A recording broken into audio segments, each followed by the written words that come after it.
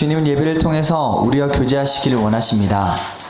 이제 다 같이 우리의 뜻과 정성을 모아 거룩하신 하나님을 예배합시다. 만방의 족속들아, 영광과 권능을 여호와께 돌릴지어다. 여호와께 돌릴지어다. 여호와의 이름에 합당한 영광을 그에게 돌릴지어다. 예물을 가지고 그 궁정에 들어갈지어다. 아름답고 거룩한 것으로 여호와께 경배할지어다. 하나님이 영이시니 예배하는 자가 영과 진리로 예배할지니라. 아멘.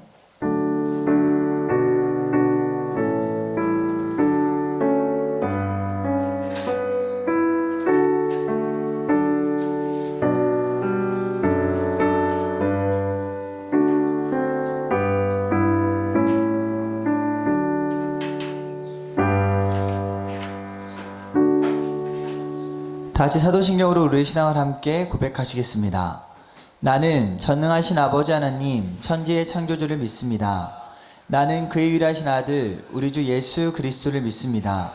그는 성령으로 잉태되어 동정녀 마리아에게서 나시고 본디오 빌라도에게 고난을 받아 십자가에 못 박혀 죽으시고 장사된 지 사흘 만에 죽은 자 가운데서 다시 살아나셨으며 하늘에 오르시어 전능하신 아버지 하나님 우편에 앉아 계시다가 거기로부터 살아있는 자와 죽은 자를 심판하러 오십니다. 나는 성령을 믿으며 거룩한 공교회와 성도의 교제와 죄를 용서받는 것과 몸의 부활과 영생을 믿습니다. 아멘. 하나님, 우리 자신의 죄와 허물과 잘못을 거짓없이 고백할 때 우리 가운데 용서의 손길을 허락하십니다. 이 시간 한 주간의 삶을 돌아보며 주님과 나만이 아는 죄를 가지고 주님께 참회의 기도를 드립시다. 함께 기도하겠습니다.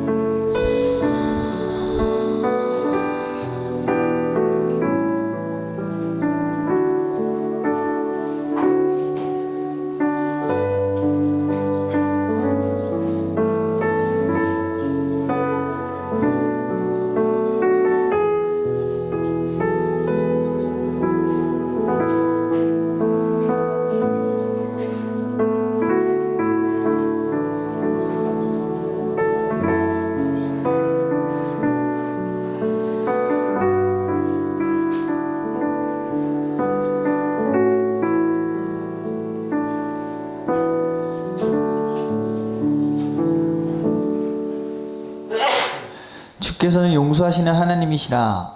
하나님은 은혜로우시며 긍휼히 여기시며 더디 노하시며 인자가 풍부하심으로 너희를 버리지 아니하시리라. 그러므로 이제 그리스도 예수 안에 있는 자에게는 결코 정죄함이 없느니라. 아멘. 오늘 예배 가운데 오신 여러분들을 주님의 이름으로 사랑하고 또 축복합니다. 이 시간 저희 가운데 있는 근심과 염려와 걱정 모두 내려놓고 하나님 한 분만 함께 찬양하였으면 좋겠습니다.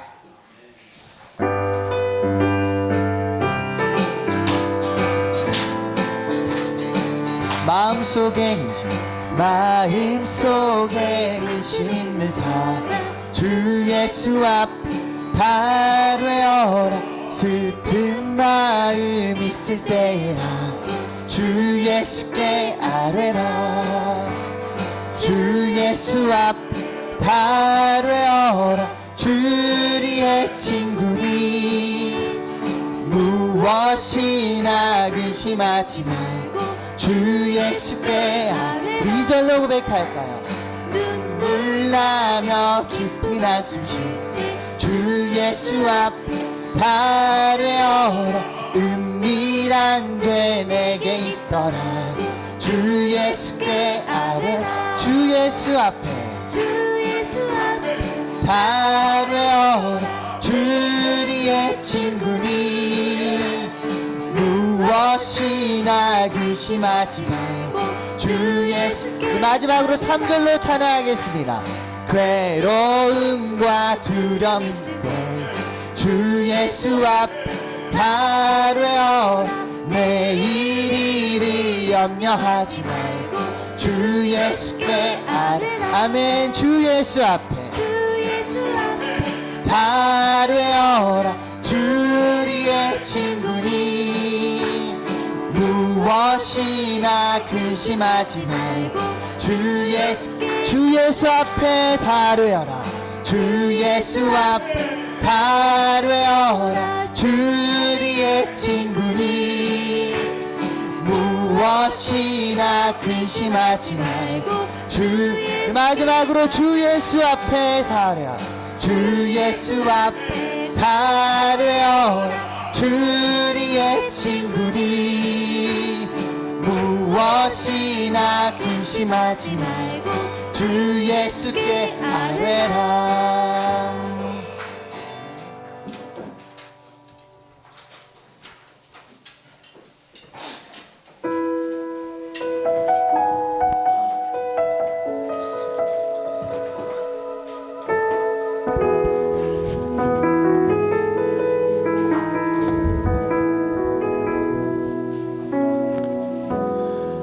오 주님, 당신은 내 삶 구석구석까지 감찰하시며 나를 응원하시는 분, 내 길을 밝혀서 영원한 생명의 길로 인도하시며 나를 격려하시는 분. 오 주님, 당신은 내 삶 구석구석까지 감찰하시며 나를 응원하시는 분, 내 길을 밝혀서 영원한 생명의 길로 인도하시며 나를 격려하시는 분, 크고 작은 갈등을 겪곤 하지만 항상 결국 당신을 선택합니다. 나의 유일한 고백의 대상은 오직 아름다운 당신뿐입니다. 나의 유일한 고백의 대상은 오직 아름다운 당신뿐입니다.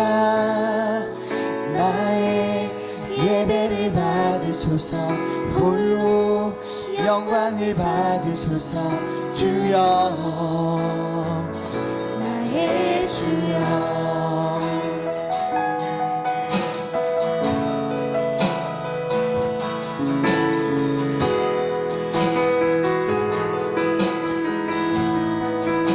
오 주님, 당신은 내 삶 구석구석까지 감찰하시며 나를 응원하시는 분,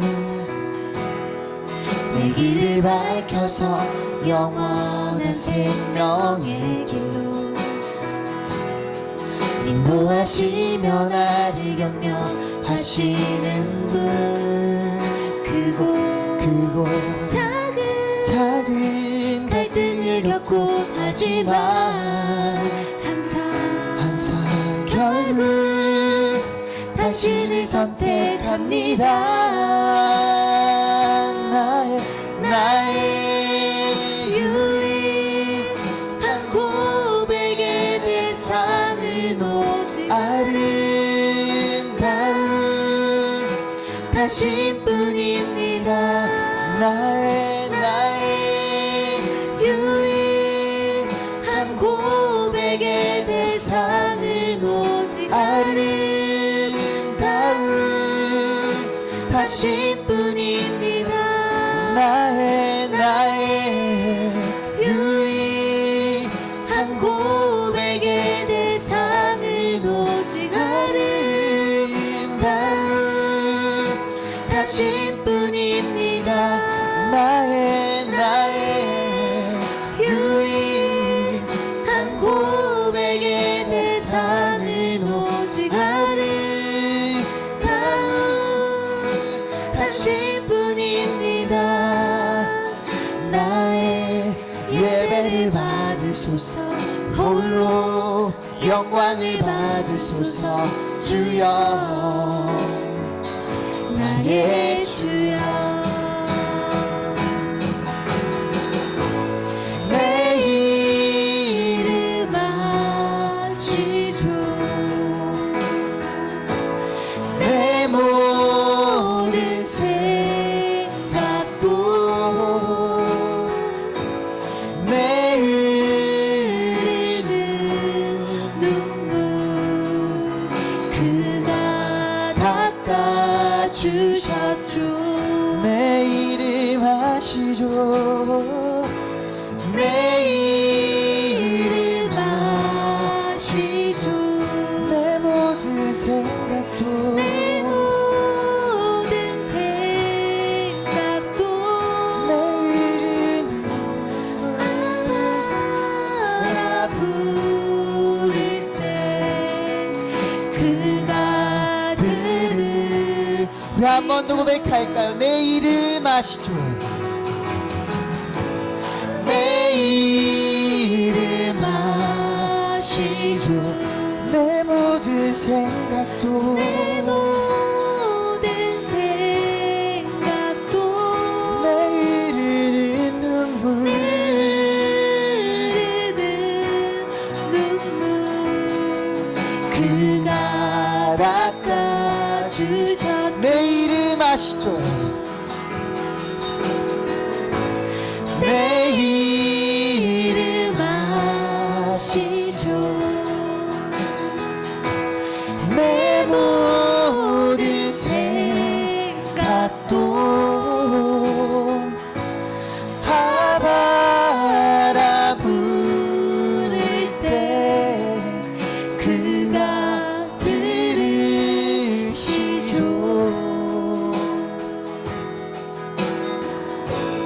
내 이름 아시죠 내 모든 생각도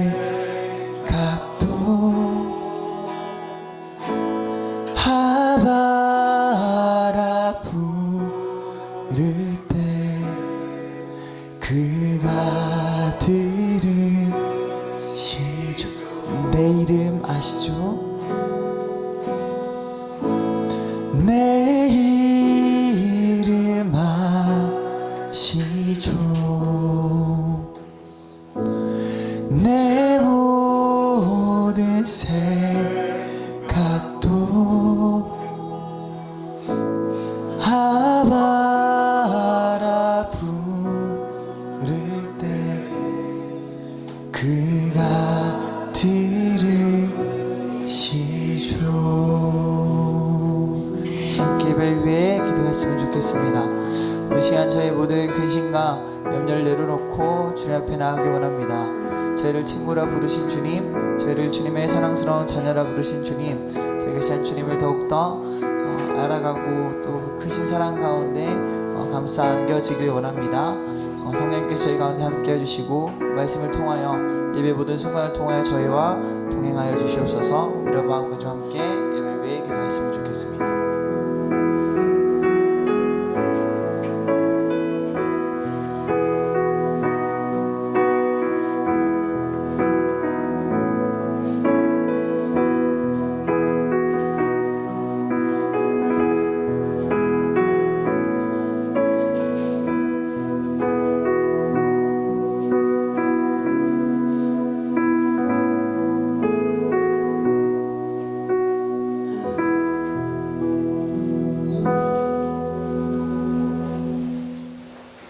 성부 하나님, 성자 예수님, 성령 하나님, 거룩하고 복된 주일날 저희들을 불러주심을 감사드립니다.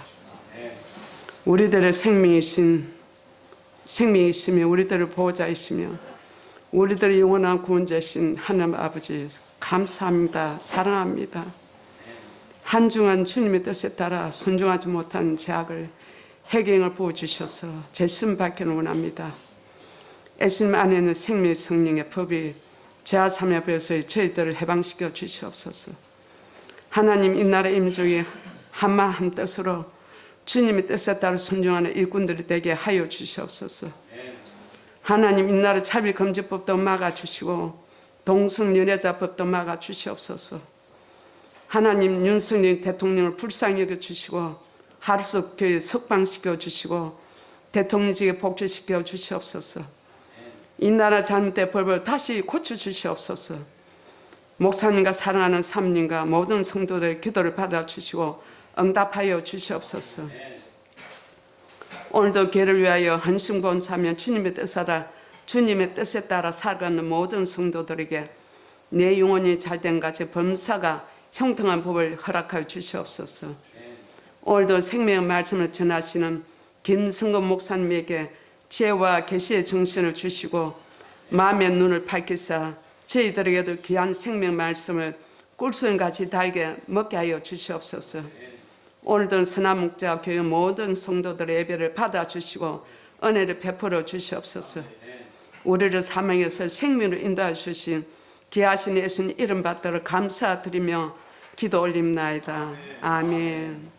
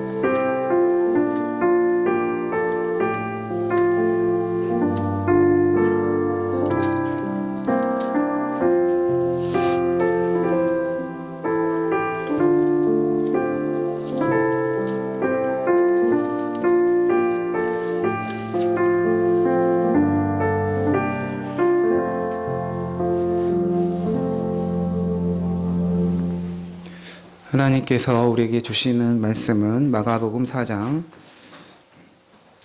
35절에서 41절까지 말씀입니다. 마가복음 4장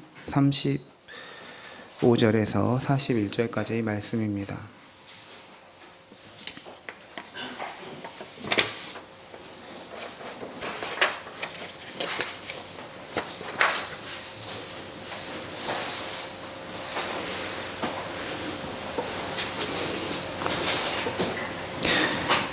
그날 저물 때 제자들에게 이르시되 우리가 저편으로 건너가자 하시니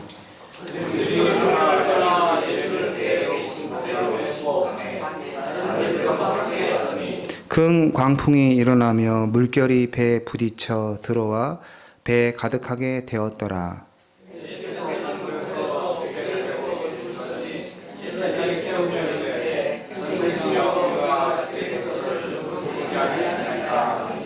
예수께서 깨어 바람을 꾸짖으시며 바다더러 이르시되 잠잠하라 고요하라 하시니 바람이 그치고 아주 잔잔하여지더라.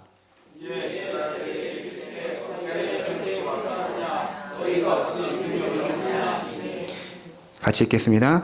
그들이 심히 두려워하여 서로 말하되 그가 누구이기에 바람과 바다도 순종하는가 하였더라. 아멘. 김광순 선생님께서 하나님께 영광 올려드리겠습니다.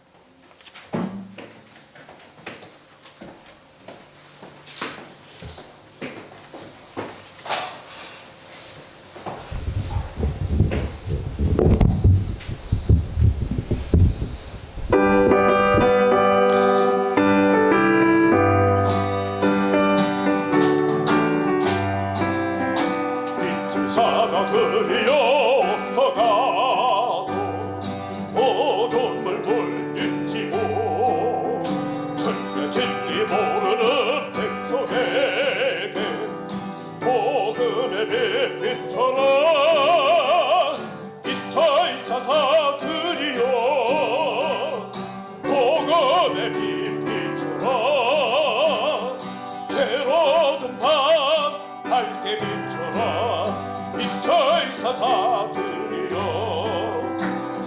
역사 위하여 힘을 내라.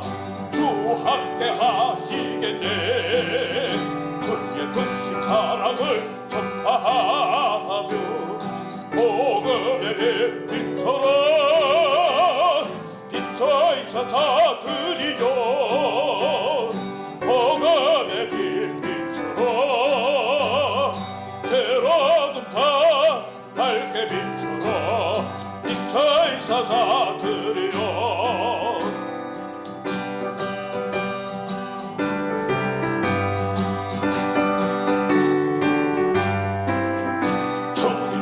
하신 말씀 좋아요. 이 진리 전하라. 산을 넘고 강들로 힘을 다해 복음의 빛처럼 비춰이사 다들이여. 복음의 빛처럼 죄로는 밤 밝게 비춰라. 비춰이사 다들이여. 동서남북 모이나 깐족하지 주님만 의지하고 너도와 못 보는 백성에게 복음의 빛처럼 비춰이사 다들이여. 복음의 빛처럼 때로는 밤 밝게 비춰라. 비춰이사 자들이여.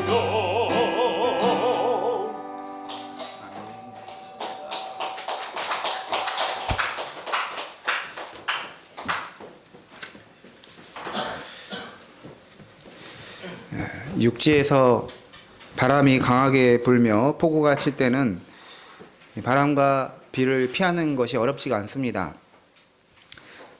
건물이나 집으로 들어가면 됐기 때문이죠. 잠시 피할 곳을 찾으면 됩니다. 하지만 바다나 큰 호수에서 폭우를 만나면 차원이 다릅니다. 왜냐하면 피할 곳이 없기 때문이죠. 지금의 배는 그래도 규모도 크고 비교적 안전하게 만들어서 문제가 되지 않습니다. 크루즈 같은 관광을 목적으로 하는 대형 선박은 배 밖에서 비가 세차게 내리고 바람이 강하게 불며 파도가 강하게 배를 내리치더라도 그 정도는 충분히 극복할 정도로 배가 이미 설계가 됐지요. 선체 안으로 들어가서 있으면 문제가 안 됩니다. 하지만 예수님 시기에 이 배라는 것은 지금 우리의 기준으로 보면 초라한 수준의 배라고 할 수밖에 없습니다. 풍랑이 일 때는 배는 결코 안전한 장소가 될 수가 없는 것이죠. 행여나 광풍 때문에 배에서 떨어져 바다나 호수에 빠지게 되면 아무리 수영을 잘한다 해도 살아남기가 어려운 것입니다. 오늘 말씀은 예수님과 제자들이 배를 타고 이 갈릴리 호수를 건너다가 큰 광풍을 만나는 내용입니다. 예수님과 제자들이 배를 타고 갈릴리 호수를 가로질러 이제 건너편 지역으로 가는데, 이렇게 장소를 이동하는 것은 예수님께서 그렇게 하자고 제안하셨기 때문입니다. 오늘 읽었던 35절 말씀을 보면 그날 저물 때 제자들에게 이르시되 우리가 저편으로 건너가자. 예수님께서 제자들에게 우리가 호수 저편 마을로 건너가자라고 제안을 하신 것이죠. 그리하여 예수님을 모시고 배를 타고 갈릴리 호수를 가로지릅니다. 예수님께서는 배의 고물에서 주무시고 계십니다. 배의 고물은 배의 키를 이제 조정하는 자리인 것입니다. 예수님은 계속되는 사역으로 몹시 피곤하여 지쳐서 힘드신 것 같습니다. 정말 지치고 피곤할 때는 머리만 대면 잠이 오는 것이죠. 예수님은 배의 고물에서 베개를 베고 주무시고 계셨습니다.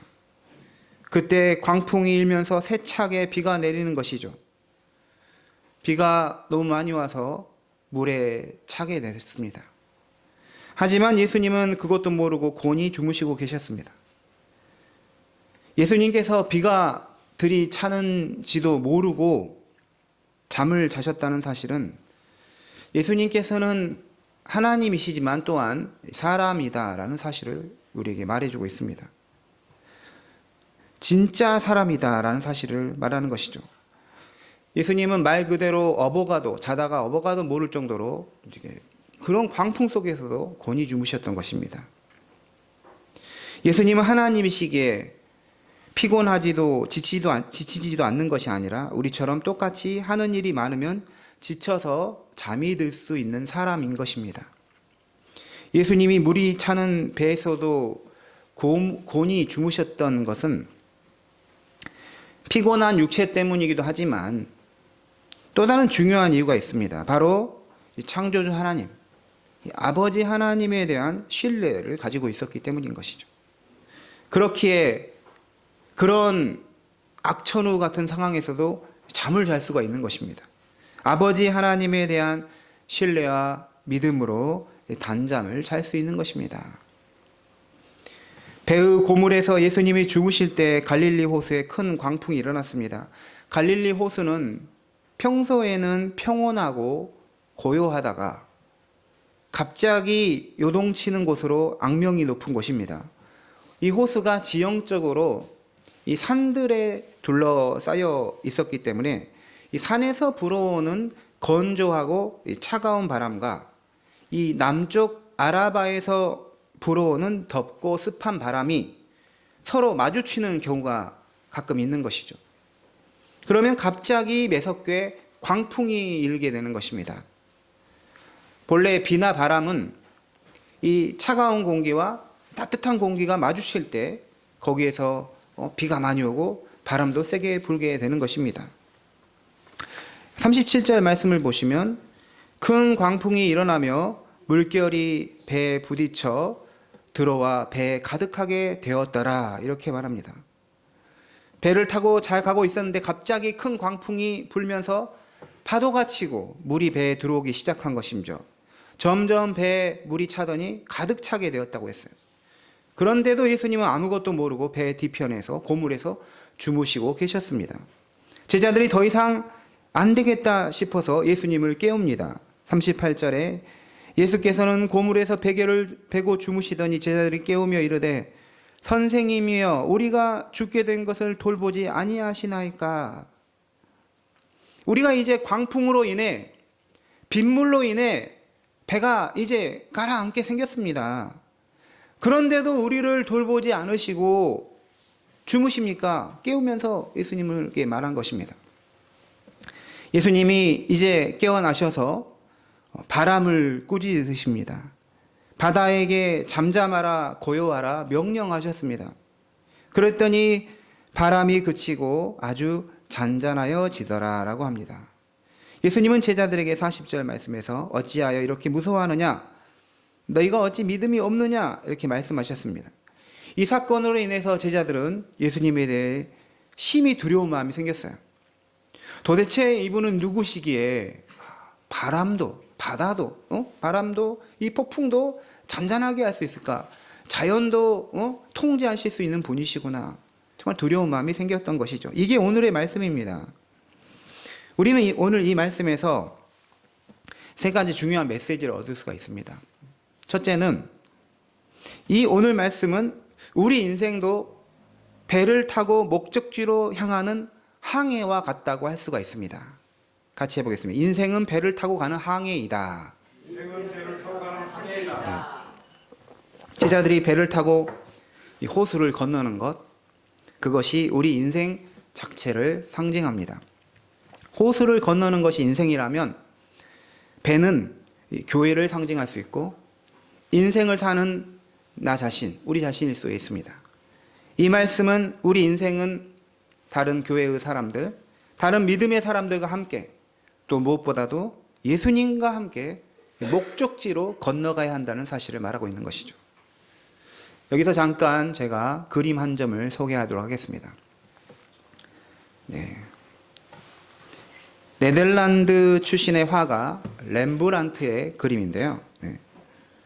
렘브란트는 우리가 속한 개혁파 교회의 신자인데 화가입니다. 그래서 장로교와 같은 믿음의 전통을 가지고 있다라고 할 수가 있는 것이죠. 이 렘블란트는 성경의 이야기를 그림으로 그리기를 좋아했어요. 그래서 무려 성경 이야기에 대한 그림이 650점이나 됐습니다. 유명한 작품으로는 스데반의 순교, 탕자의 귀향, 이 탕자의 귀향 같은 정말 유명하죠. 동방박사의 경배, 엠마오의 저녁 식사 등이 있습니다. 그리고 오늘 이 말씀에 대한 것도 1633년 작품으로 갈릴리 호수의 폭풍이라는 이름으로 이렇게 작품을 남겼습니다. 이 작품 보시면 지금 예수님과 제자들이 있는 부분, 이 그림에서 어두운 부분이 배의 후미이죠. 그리고 폭풍을 정면으로 막고 있는 부분이 배의 앞머리인 것입니다. 파도에 의해 뱃머리가 지금 45도 정도 기울어져 있습니다. 세찬 물결은 배에 부딪혀서 하얀 거품을 만들어내고 있습니다. 렘블란트가 이 작품에서 가장 밝게 그린 곳은 세찬 물결이 배에 부딪히는 이 장면입니다. 의도는 이렇죠. 우리 개인이든 공동체이든 모든 생명을 위협하는 문제가 가장 눈에 띄게 드러난다라는 것입니다. 바로 그것을 그림으로 보여준 것입니다. 위기를 드러내기 위해서 부딪히는 장면을 밝게 그린 것입니다.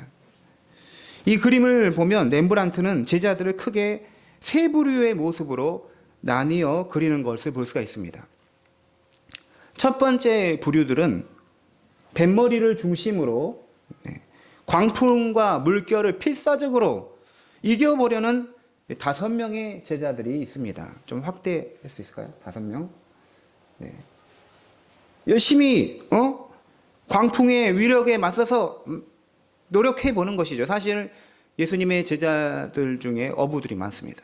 갈릴리 어부들은 웬만한 그 폭풍우도 이겨낼 수 있을 정도로 베테랑들인데, 그래서 충분히 본인들이 이 광풍을 극복할 수 있을 것이다라고 생각하고 열심히 그 현장에서 최선을 다하는 모습인 것이죠. 스스로 이겨보려고 하는 노력을 보여주고 있는 것입니다. 두 번째 부류는 배의 중앙에 있는 두 제자입니다. 성도님들 눈에 잘 보이지 않겠지만 이 그 5명의 위에 바로 밑에 보면 배가 이렇게 쉴 수 있는 공간이 있습니다. 이 공간 안에 한 명의 제자가 들어가 있어요. 그림에는 잘 안 보이는데. 그런데 한 제자 그 안에 숨어 있고 그 얼굴이 잘 안 보이지만 배 안에 있는 숨어 있는 제자는 불안한 듯 조심스럽게 밖을 쳐다보고 있어요. 그러면서도 내가 이 배에서 가장 안전한 곳에 있다, 그런 마음을 가지고 있는 것입니다. 그런데 바로 그 앞에 있는 제자 보이시죠? 배를 그 공간에 숨어 있는 제자를 바라보고 있는 제자입니다. 혹시 나도 저기에 들어가서 내 자리가 있을까? 안전한 곳에 들어갈 수 있을까? 살피는 것입니다. 그래서 이 두 제자는 비겁자, 도피자로 분류가 될 수 있는 것이죠. 그런데 혹시나 저런 상황이라면 우리 역시 상대적으로 가장 안전한 배 공간을 선택해서 숨지 않겠는가, 이런 생각을 우리도 해보게 되는 것입니다. 세 번째 부류는 예수님 주변에 있는 제자들입니다. 이쪽으로 올려서 보겠습니다. 예수님 바로 앞에서 예수님을 급하게 깨우는 두 제자가 보입니다. 예수님이 계시고 두 제자가 일어나라고 깨우고 있는 것이죠. 또 옆에 보시면 이 장면에서 기도하는 두 제자가 나옵니다. 이 바로 예수님 앞에서 예수님을 향하여 기도하는 제자가 있습니다. 또 한 명의 제자도 기도를 하는데 저 위쪽에 있는 제자인 것이죠. 그런데 이 첫 번째 기도하는 제자는 예수님을 바라보고 기도를 하고 있고, 위에 있는 제자는 파도를 바라보면서 기도를 하고 있어요. 이 차이가 뭘까요? 그러니까 환경을 바라보면서도 기도한다는 거예요. 기도는 하지만 약간의 의심이 드는 것이죠. 과연 이걸로 해결이 될 수 있을까? 이런 마음으로 기도를 하는 것인데 이 앞에 있는 제자는 예수님만 바라보고 이 기도를 하고 있는 것이죠. 어떻게 보면 우리가 기도할 때 이런 두 가지 모습이 있는 것이죠. 예수님 하나님만 바라보고 기도하는 모습과 현실에서 나의 이 안 좋은 상황, 어려운 상황이 계속 걱정되면서 기도하는 모습, 이렇게 겹쳐 있는 것이죠. 그런데 여기서 또 보면 배 아랫부분을 보면 이 빨간 옷을 입고 있는 이 배멀미를 하는 사람이 있습니다. 제 아랫부분이 있어요. 이 제자는 육신이 너무 약해요. 그러니까 이게 다 잘 보이지도 않고 그냥 나는 내 몸 자체가 힘들어서 토하고 막 괴로워하는 그런 육신이 연약한 제자의 모습을 보여주고 있는 것이죠. 배의 후미에서 이제 마지막 키를 잡고 있는 제자가 보입니다. 이 제자는 나름 자기가 열심히 이렇게 해보려고 하지만 배가 마음대로 움직이지 않고 있는 그런 모습을 볼 수가 있는 것입니다. 이 그림에는 다시 확대해서 보겠습니다. 전체를. 몇 명의 제자가 등장할까요? 자세히 보면 배 속에 그 공간 안에 숨어 있는 제자까지 하면 15명입니다. 사실 예수님의 제자가 12명이죠. 그리고 예수님까지 하면 13명. 그러면 2명이 남잖아요. 한 명은 누구이냐? 지금 이 모자를 잡고 있는 사람이 있어요.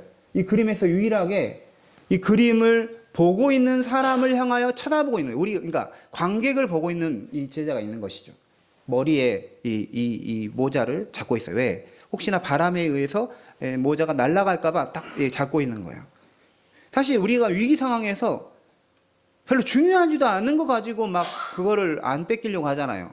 뭐 비행기에서 화재가 났는데도 짐 가지고 나와야 한다고 이러다 위기를 맞은 것처럼 별로 중요하지도 않은 모자를 잡고 있으면서 쳐다보고 있는데 그게 누구냐? 바로 렘블란트 자신, 자아상인 거죠. 자기 자신을 이렇게 묘사해 놓은 것입니다. 그러면 나머지 한 명은 누구인가? 바로 이 그림을 보고 있는 여러분이라는 거죠. 여러분은 어디에 속해 있냐는 것이죠. 이 전체 열심히 이 배를 이겨서 폭풍을 이겨내려고 하는 제자인가? 아니면 숨어 있는 제자인가? 안전하게 있는 걸 부러워하는 제자인가? 기도하고 있는 제자인가? 예수님을 깨우고 있는 제자인가? 방향키를 잡고 있는 제자인가? 우리에게 이렇게 묻고 있는 것입니다. 한편의 그림으로 정말 다양한 놀라운 의미를 이렇게 보여주었던 것이죠. 네, 이제 그림은 이제 그만 보도록 하겠습니다. 이 그림은 우리 인생이 항해와 같다고 나도 제자들이 탄 그 배에 함께 타고 있다는 것을 보여주고 있습니다. 렘블란트는 오늘 말씀을 정말로 정확하게 그림으로 표현해낸 위대한 화가라고 할 수 있습니다. 렘블란트는 예수님과 함께 나도 인생의 배에 탔고 여러분도 여기에 탄 그 제자이다. 이런 사실을 우리에게 보여주고 있는 것이죠. 둘째로 오늘 말씀은 예수님이 계셔도 우리 인생에 광풍이 얼마든지 몰아칠 수 있고 우리 인생의 배에 물이 들어와 금방 침몰할 것 같을 때도 있음을 말해주고 있습니다. 갈릴리 바다는 말씀드린 것처럼 평상시에는 너무나 평온하지요. 하지만 갑자기 광풍이 일기 시작하면 매섭게 배를 흔들어 버립니다. 우리 인생도 마찬가지인 것 같아요. 아무 문제 없이 그냥 순풍을 받으며 평안하게 배가 가고 있어요. 그런데 갑자기 역풍을 맞기도 하는 것이죠. 심한 경우에는 큰 광풍을 만나서 배가 위험한 상황에 올 수 있는 것이죠. 그렇게 우리는 정말로 잘 나간다고 생각할 때, 문제가 없다고 생각할 때도 더욱 겸손해져야 하고 자신을 잘 살필 줄 아는 사람이 되어야 하는 것입니다. 광풍을 만나면 우리 인생이 금방 파손이 될 것 같아요. 그러면 우리는 이 일을 어떻게 대처할 줄을 몰라서 헤맬 수 있습니다. 하지만 우리는 하나님을 믿는 사람들인 것이죠. 예수님을 구주로 믿고 예수님을 따르는 자들입니다. 예수님이 우리와 함께 계시다면 우리에게 좋은 일만 생길 것 같지만 마치 우리가 탄 인생배가 평온한 호수 위를 가로지르며 목적지를 향해 할 것 같지만 하지만 현실은 그렇지 않을 수 있다는 사실을 우리에게 성경 말씀이 말해주는 것이죠. 갑자기 광풍이 일어서 제자들이 탄 배를, 우리 인생 배를 흔들어 버릴 수 있다는 것입니다.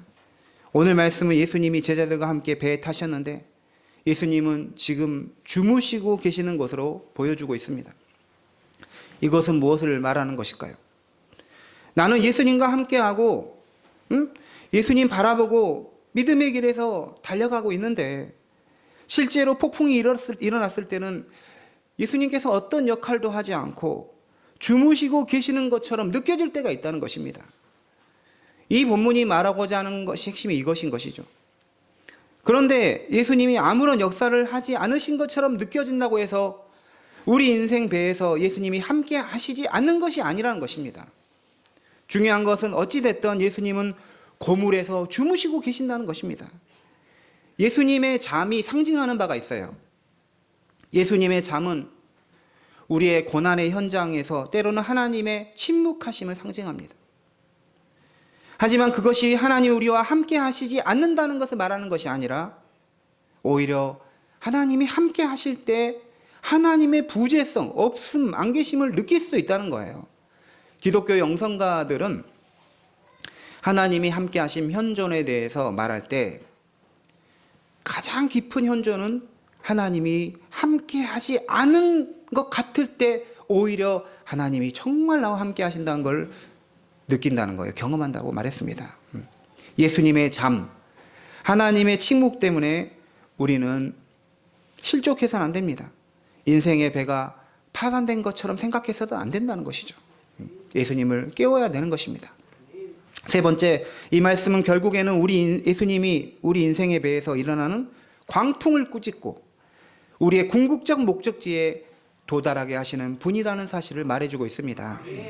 오늘 말씀에서 호수를 건너게 하신 분은 누구일까를 다시 생각해 봐야 합니다.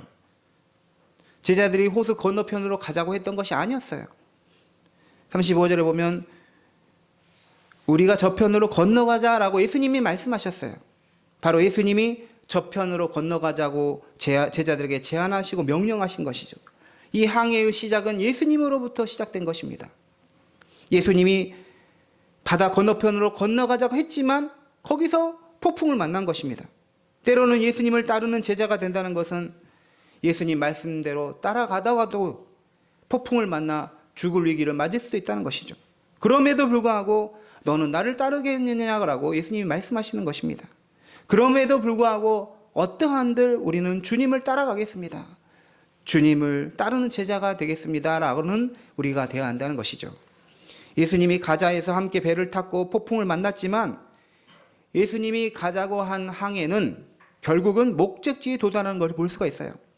이 다음 구절인 마가복음 5장 1절을 보시면 예수께서 바다 건너편 거라사인의 지방에 이르렀다. 이렇게 기록하고 있습니다. 그러니까 예수님이 본인이 가자고 하는 목적지에 제자들과 함께 도착을 한 것입니다. 중간에 예수님이 주무시고 광풍을 만나 죽게 된 것 같았을지라도 제자들이 예수님을 깨웠을 때 예수님이 일어나서 바람을 꾸짖고 바다를 잔잔하게 명령하셔서 호수가 다시 잔잔하여졌습니다. 그리고 제자들은 예수님과 함께 목적지에 도달한 것이죠. 죽는다 해도 예수님이 우리 배 안에 계시면 결국은 목적지에 우리가 도달하게 된다는 것입니다. 예수님은 어떻게 그렇게 광풍 속에서도 평안히 주무실 수 있었어요? 아까 말한 것처럼 하나님 아버지에 대한 무한한 신뢰 때문인 것입니다. 이 배가 파손하지 않을 것이라는 믿음이 있었던 것입니다. 이 배가 광풍으로 파손하여 제자들과 예수님이 갈릴리 호수에 빠져 익사하지 않을 것이라는 그런 믿음이 있었던 것이죠. 우리가 예수님과 함께 우리 인생 배를 타고 가고 있다면 아버지 하나님께서 우리 배를 침몰시키지 않을 것이라는 우리가 그런 믿음이 있어야 한다는 것이죠. 결국은 목적지에 도달하게 하실 것이다. 이것을 우리가 믿어야 한다는 것입니다. 우리 인생에 있어서 사람들마다 단기 목표가 있고 장기 목표가 있습니다. 어떤 사람은 이 단기 목표를 이제 세우고 이루기도 하지만 또 반대로 어떤 사람은 목표를 세우지만 이루지 못한 사람이 있어요.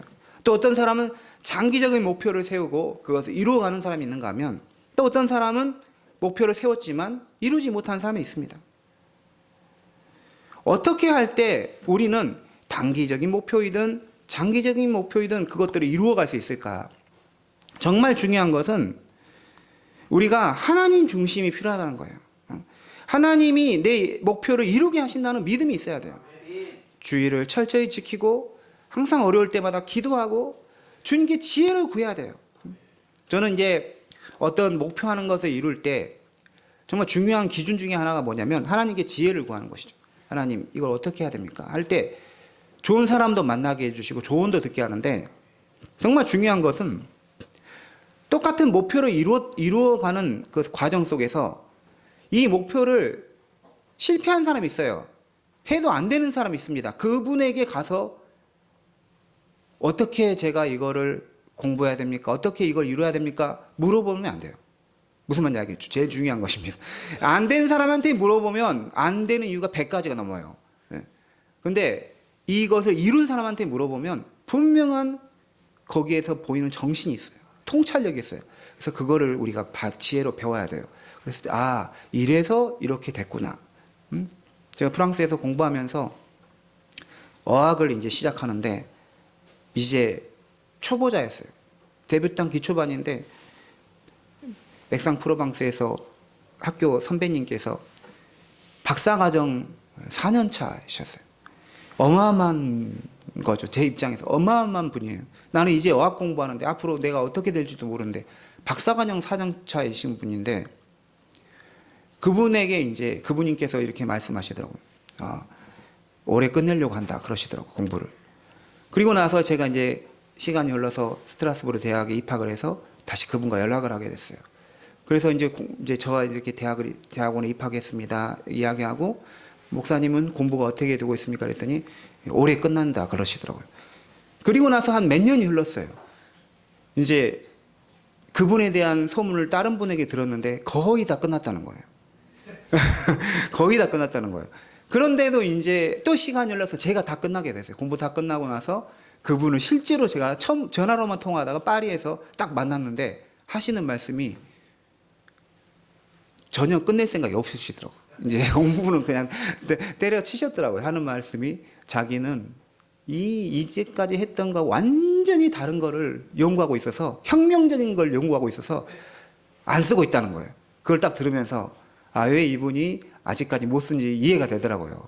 무슨 대단한 걸 발견한 게 아니라 차근차근 자기 해야 할 것을 하다 보면 목적지에 도달하는데 본인 혼자 어떤 망상에 빠져가지고 나는 뭔가 세계를 흔들어버리는 신학적 이론을 발견할 것이다 하다가 결국은 못하게 됐다는 거예요. 근데 못하는 사람 다 나름대로 다 이유가 있더라고요. 그래서 우리가 인생에 있어서 단기 목표이든 장기 목표이든 그것도 이룰 때는 하나님을 의지해야 돼. 철저히 하나님 의지하고 은혜를 구해야 되고 또 하나는 지혜를 구하면서 그런 것들을 조언을 구할 줄 알아요. 나 혼자 자기 세계에 빠져가지고 이렇게 하면 무조건 될 것이다 이렇게 생각해서는 안 된다라는 것이죠.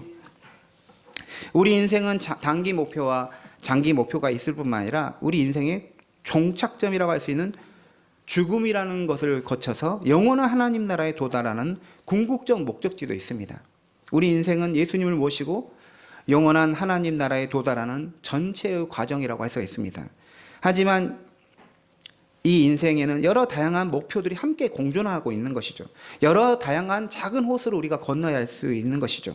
단기간의 목표와 장기간의 목표, 우리도 저편으로 건너가야 할 일들이 계속해서 생깁니다.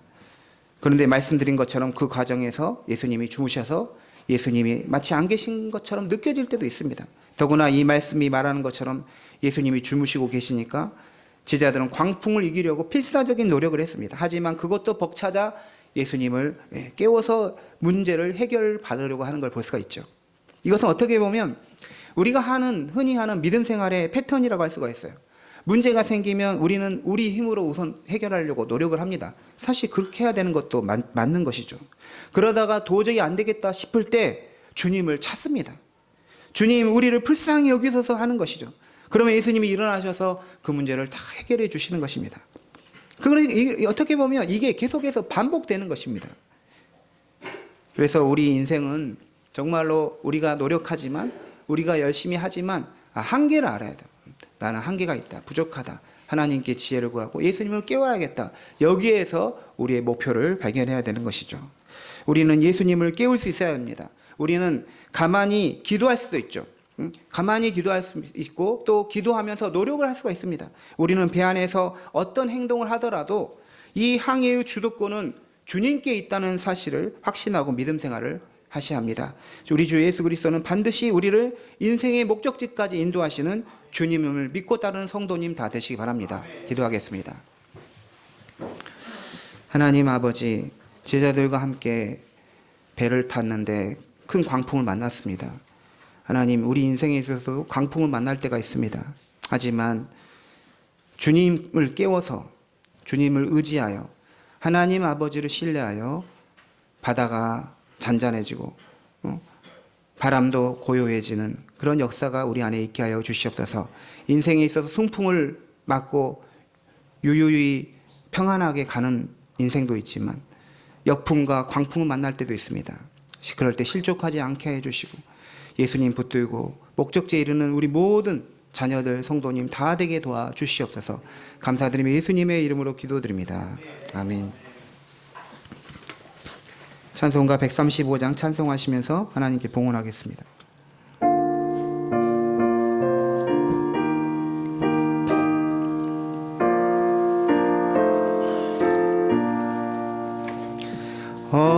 어저께나 오늘이나 어느 때든지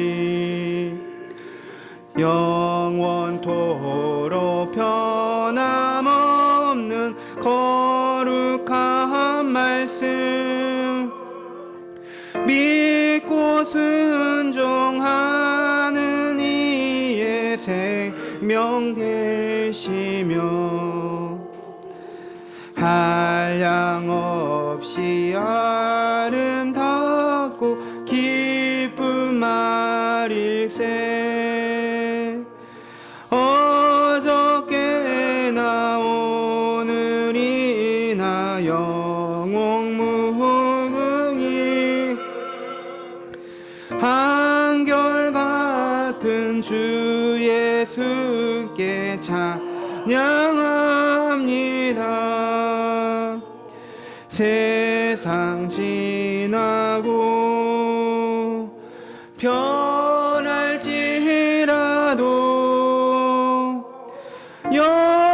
영원하신 주 예수 찬양합니다. 풍랑이는 바다 위로 걸어오시고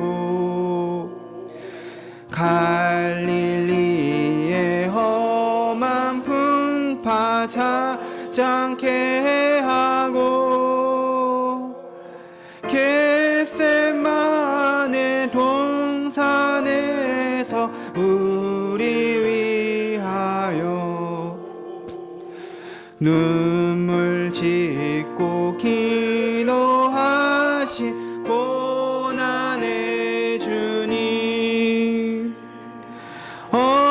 어저께나 오늘이나 영원무궁히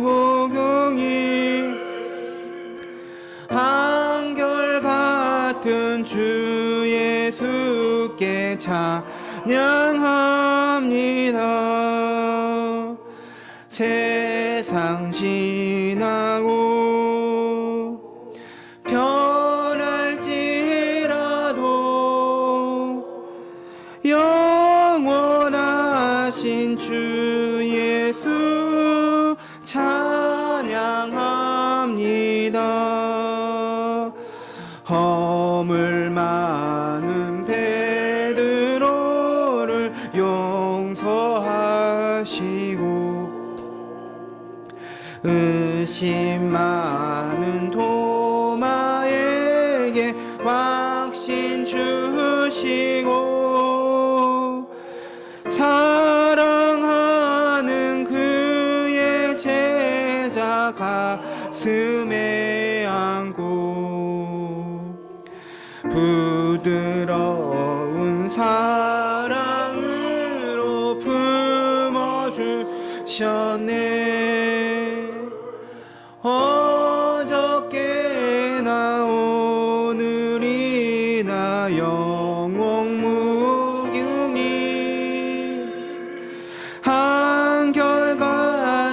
주 예수께 찬양합니다. 세상 지나고 변할지라도 영원하신 주 예수 찬양합니다.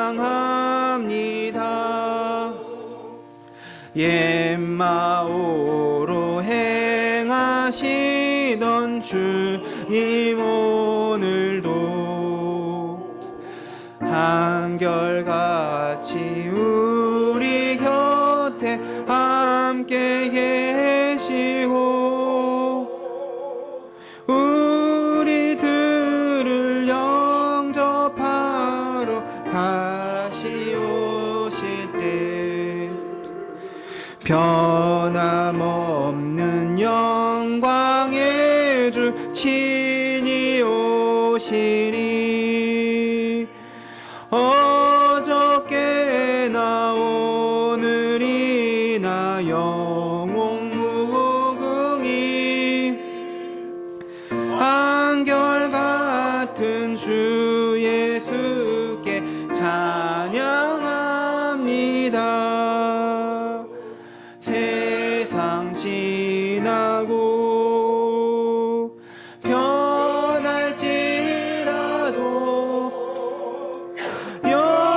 영원하신 주 예수 찬양합니다.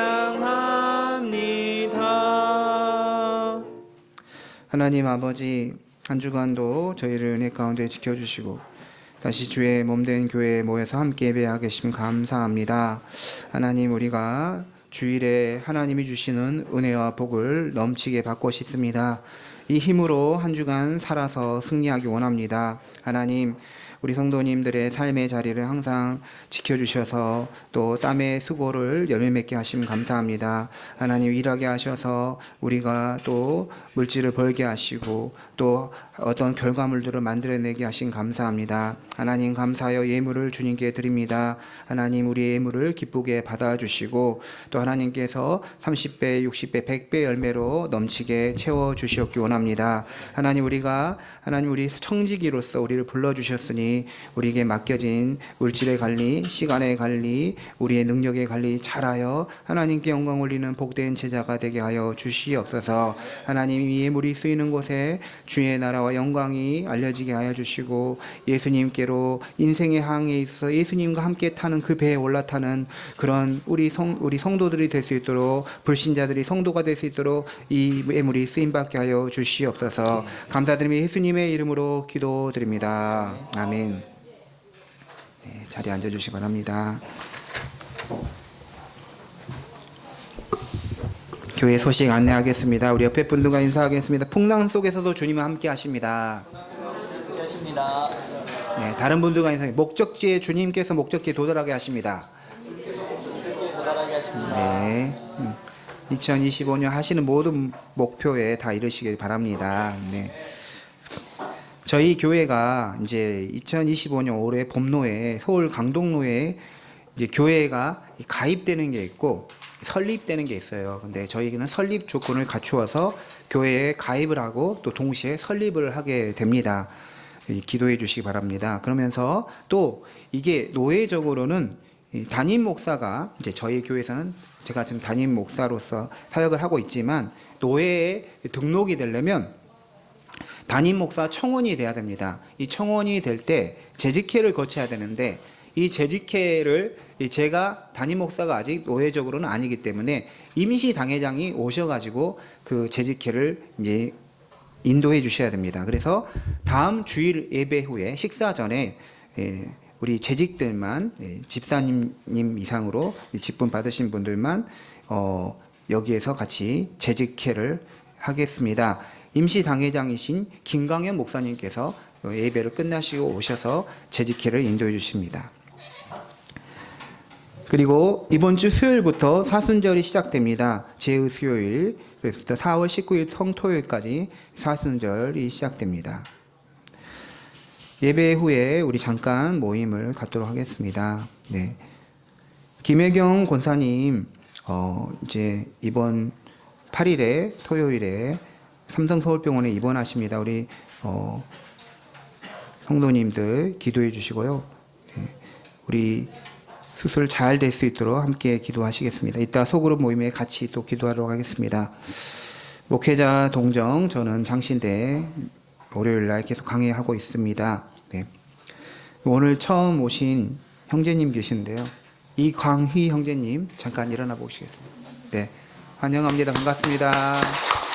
네. 네. 제가 예전에 광주 한길교회에서 사역했는데 그때 이 유치원생이었던 거 거의 그랬던 것 같아요. 네, 네, 네. 저를 기억 못할 것 같은데 아버님 장로님께서 여기 서울에 산다고 해서 우리 교회로 연결해 주셨습니다. 앞으로 믿음 생활 잘하고 이 단기 목표인지 장기 목표인지 모르지만 지금 준비하는 거 잘 할 수 있도록 기도해 주시면 감사하겠습니다. 감사합니다. 다 같이 일어나셔서 파송에 찬송하겠습니다.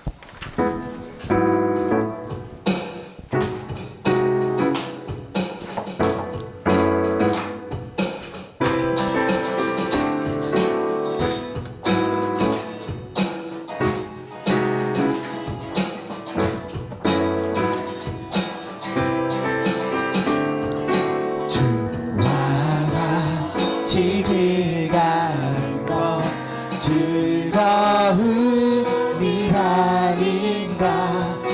우리 주님 걸어가신 발자취를 밟겠네.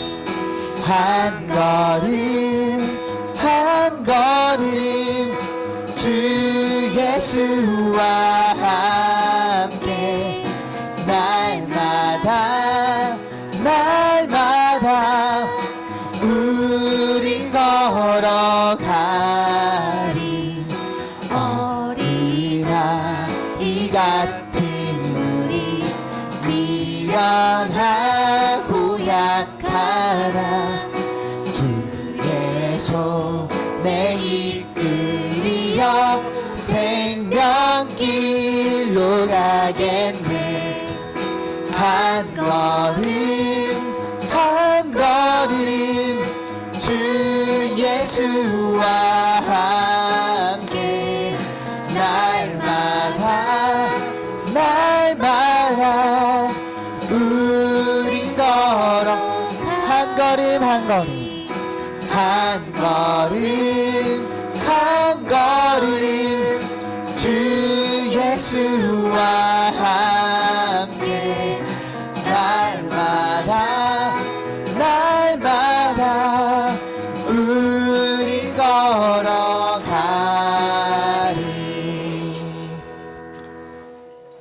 우리 주 예수 그리스도의 은혜와 하나님 아버지 크신 사랑과 성령의 교통하심이 풍랑 속에서도 함께 하시는 주님을 바라보며 목표의 목적지에 이르기를 원하는 모든 성도님들 머리 위에 이들이 행하는 계획과 그 이루고자 하는 모든 것들 위해 지금부터 영원토록 함께 하시길 간절히 축원하옵나이다.